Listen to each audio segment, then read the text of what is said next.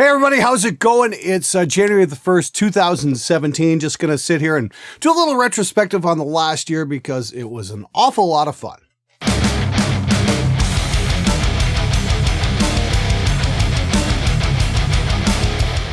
So I woke up this morning and took a look at all the videos I'd done over this year and just kind of highlighted what really jumped out at me and made a few notes. So if you guys see me looking down, that's because I'm checking because there's an awful lot of stuff that happened this year and hopefully I can keep track of everything. But I think first and foremost, NAMM 2016 was an awful lot of fun. I got to meet so many of you guys and that was awesome. That makes all this shit worth it. When I get to meet you guys, it's just totally makes my day. So, I got to meet an awful lot of fans. I got to hang out with Joey Sturgis and his crew. And, they introduced me to Nail the Mix, which I think is absolutely phenomenal. And the Gojira project was really awesome this month. And I was so proud to be part of that. Anyway, got to meet Joey and Joel and all those guys. That was absolutely amazing. What else did we get to do? Wilkinson Audio, got to work with them. Got to demo some of their mic clips. I think they're absolutely brilliant. The Fredman clip is awesome. I use the 57 and the small pencil condenser clip all the time on my snare drum. Plus they've got ORTF and XY clips for doing overheads. Those are absolutely amazing too. Not to mention Wilkinson has some very interesting plugin software when it comes to reducing cymbal bleed. Got to track drums with Tortured Saint earlier this year. They're still working on their record. Looking forward to that coming out. Dan came in and had a couple of amazing days, and it was a real great experience working with those dudes. I can't wait to get them back in here sometime later this year, and hopefully we can get them involved in demoing some more stuff because they're always a lot of fun, and I have absolutely nothing but the utmost respect for that band. Those guys work their asses off. I got my hands on the 7-string Legator, like the cheap one, like the $350 one, the Green Monster, as I've nicknamed it. And that has to be probably the best guitar I've ever played for under $500. I don't know how the hell Legator pulled that off, but they managed, and it's just freaking brilliant. Still working on my Fanfret demo. That's going to be coming soon. But if you're looking for a great guitar for not a whole lot of money, check out the Legator stuff. Absolutely amazing. Of course, other really cool guitars, not quite as cheap, but just as amazing, if not more amazing, are the Chapman guitars. I got the Chapman Ghost Fret this year, and that's a phenomenal guitar, and that's one I regularly pull off the rack and track with all the time because it's just killer all around. Other cool stuff, of course, and this is gotta be one of the coolest pieces of gear I've ever had come in the studio, was the Dynamount. And if you're recording, real amps as opposed to amp synths, this thing is absolutely indispensable for dialing in your tone. I don't know how the hell I lived without it. If you're serious about recording real amps, get one of these things. It will save you so much effort running back and forth between your control room and your amplifier. It is just so great. Can't say enough good things though about the Dyno. Those guys knocked it out of the fucking park. I hope they sell 1 million of them because they absolutely deserve to. And of course, we did the Washburn Giveaway. That was so much fun. You guys sent me funny songs, and I got to me and Ola judged it, and he helped me give it away. It was the Ola Flying V model. Absolutely love Washburn guitars. Washburn was my first guitar. Washburn is the 29 fret that's going to wind up on a few posters that you guys were asking for. And I can't wait to see the Washburn crew at NAMM this year. And hopefully I'll get to demo some more stuff. I know they have a new version of the 29 fret, and I'm really excited to get one here on the show and demo it for you guys, because I'd love to demo the old one versus the new one. I think that'd be absolutely amazing. Yes, of course, the big one for me was the Moon on the Water cover. That was kind of a little bit of redemption because the first mix wasn't that great, and the second mix was. Meeting Siegfried's song again at NAMM 2016 was a huge help. Siegfried is just a monster talented vocalist. I think it's only gonna be a matter of time before some major act picks him up, because he's got a rare pair of lungs, and he absolutely made that song. I got to go to Shredmonton in Edmonton, Alberta. I'd never been. That was a lot of fun. That was like late spring, and it was almost like summer down there. We were down there early June, so it's considerably north, so it was like 10:30 at night. We still had sunlight, which was really cool.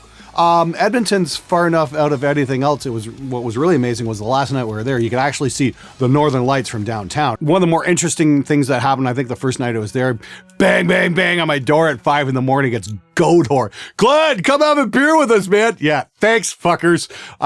They were a lot of fun. We wound up having a beer with those guys. Sammy, the guitar player, TA, the bass player. Singer was sleeping responsibly, I might add. And the drummer, and I forget your name, dude. My apologies, but you, sir. You do drums credit, man. Wow. Anyway, yeah, Goatwhore, great bunch of dudes, lots of fun to hang out with. We drank for a while, and then we went for breakfast. It was great. TA is a really cool dude. Sammy's a really cool dude. Sammy's a bit of a guitar tone nut, which I think is really amazing. I hope those guys are going to be at NAMM this year because I really want to hang with them again. Just a lot of fun. Go check them out if you want to see a really cool band live. They were absolutely spectacular.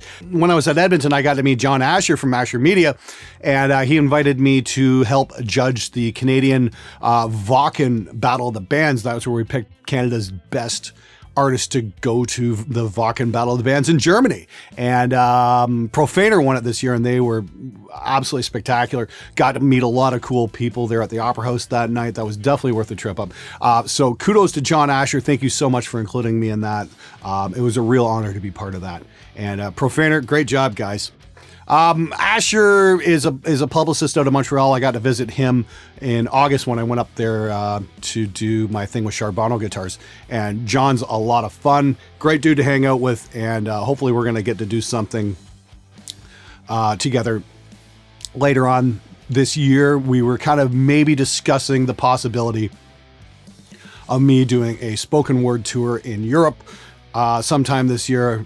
That might be a really cool thing to do. We're going to see about setting it up and see if it's even feasible. If you guys want to see something like that, let me know in the comments and we'll see about making that happen, because I think that'd be a lot of fun.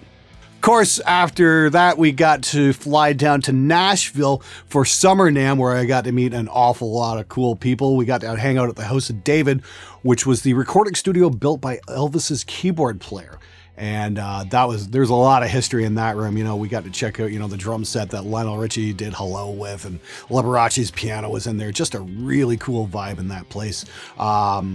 God, that Southern cooking is absolutely unbelievable. Nashville is a really cool town, much more of a rock and roll town than I expected it to be. Just a really cool place to hang out. And of course, I got to meet Warren Hewitt there. He's from the channel Produce Like a Pro, and that fateful meeting has led to a lot of really cool stuff, including me getting involved with his Pro Mix Academy. And of course, this month's project is Motorhead. So if you haven't taken a look at that, please do. Camera Web kind of lays down his whole mixing process, and you can learn an awful lot. So if you've ever wanted to mix Motorhead, yeah, check it out. It's definitely worth it. I'm going to be doing a little demo on that hopefully later this week. Of course, after Nashville, the next big event was going to Europe for the very first time. I got to spend a week in England and 3 days in Paris, and London was absolutely fantastic. I really like the fact, there's just museums and all kinds of cool shit to do all over the place in London. And it's a little crowded, mind you, but it's definitely worth checking out if you have the means. Very impressed by the whole transit system in London. They definitely are very efficient at moving people around. The pub culture in London is absolutely unbelievable. Just great food, great beer. What's not to love? And you can't go like 3 steps in London without running into a pub. I went to England because I wanted to see Stonehenge. It was one thing I'd always wanted to see my entire life. And the added bonus was the fact that the British Museum was like on the same block as my hotel. So we were taking a stroll through the neighborhood, and my wife's like, oh, hey, it's the British Museum. We should go in there. So we went in the next day, and then it's like things started kind of clicking in my head. I'm like, hold on a second here. They got the Rosetta Stone in here. So we got to check that out. And then all the cool ancient Egyptian antiquities and stuff, just absolutely mind-blowing, that place. Highly, highly, highly recommend the British Museum. Wow. And honestly, one of the best nights I had was going down to High Holborn and hanging out with these 3 guys. They're fans of the channel. One is Lee Daffrin. He runs the fretboard.co.uk. It is one of the UK's best guitar forums. So check that out. Lee is an awesome dude.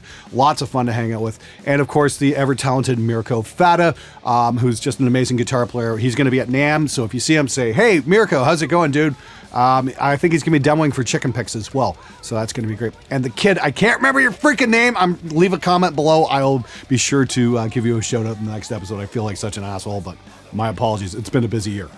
Did Paris as well, and one of the high points of the Paris trip was meeting a fan out in front of the Eiffel Tower. This guy was an engineer from Brazil. That was so fucking cool. Of all places to run into a fan, hey, thanks for saying hi. I really appreciate it. That made my whole trip. That made the whole trip worth it, really. I mean, like, honestly, that's one of the favorite parts about this job is just getting out there and meeting the fans, because you guys are absolutely amazing. I love, hearing what you guys do. I love hearing your stories, what kind of bands you're playing in, what kind of studios you're running, all that shit. That just makes my fucking day. And of course, when I got back from Europe, I got to go track drums up at Phase 1 Studios in Toronto. Just one of the absolutely legendary Canadian recording studios. I mean, they mixed part of Michael Jackson's Thriller there. They did White Snake's Still the Night in there. That drum room is just absolutely magnificent. So getting to actually track an album in there was just an absolute dream come true. They got this beautiful old Neve board. All the best gear in the universe you could ever want is in that room. And we just had a brilliant day in there. The band is extremely happy with the recording. Got to mix that on Harrison Mixbus. More on that in a minute. So after Toronto, jumped on a plane down to LA for my first ever AES, Audio Engineering Society convention. And that's about maybe 1/100th the size of NAMM. You can basically do it in a day. And that was really cool as well. Got to meet a lot of people. I think the high point for me there was Hutch Hutchinson coming up to me, the guy who designed the Manly Massive Passive. And he's like, "Oh, Glenn, I love your show." And I'm like, "Holy shit, I love your gear." The guy's one of the best gear designers on the planet, and that just blew my fucking mind. Of course, I got to meet, the gang from Focusrite. I got to meet the guys from Audient, and so eventually got their demos done, months later. I mean, like, that's just the nature of the game when you use live musicians in the studio. You're kind of like tied to everybody else's schedule. But, I met the crew from Manly. I met, everybody at Audio Technica. There's still a lot of stuff in the works.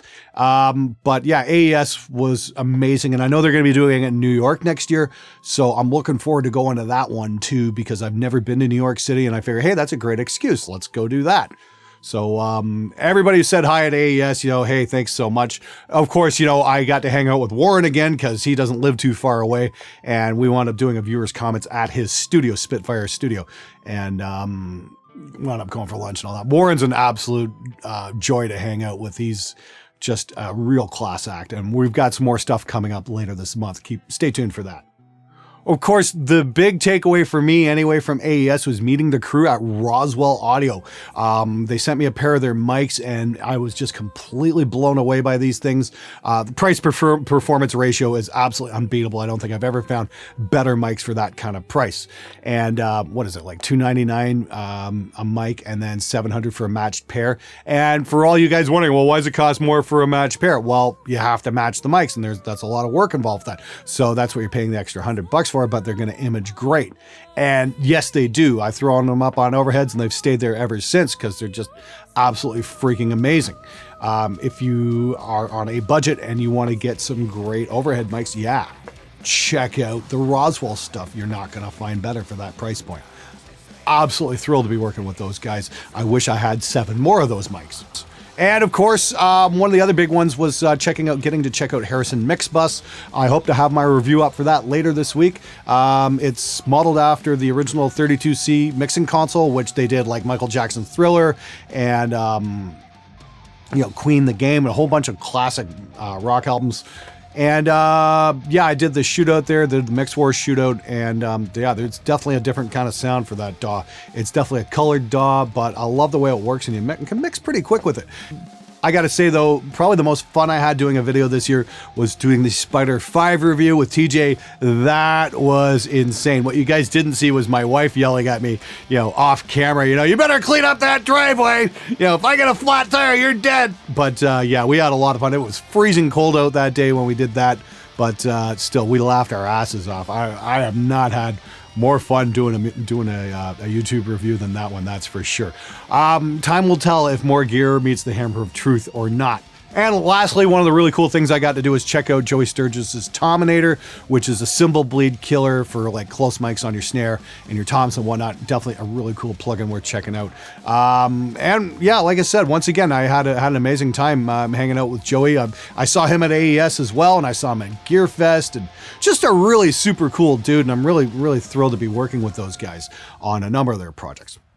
Anyway, so that was my 2016. I'm looking forward to seeing all you guys at NAMM. So if you see me on the floor, please come say hello. Of course, I've got time to say hi and chat for a few minutes. That's why I'm going to be there, is to meet you guys. Anyway, thanks for watching. Next video should be Wednesday with my Harrison Mixbus review. And then, of course, viewers' comments on Friday. Working on the posters as well. So if you guys want to see those, give me a day or two and I will give you an update probably on Friday as to availability. Thanks for watching. Take care. Hey guys, thanks so much for watching this episode. If you like the content, please support the channel either at my SMG shop or through my Patreon. If you want to see more, hit one of the playlists. Thanks for watching. I'm out of here.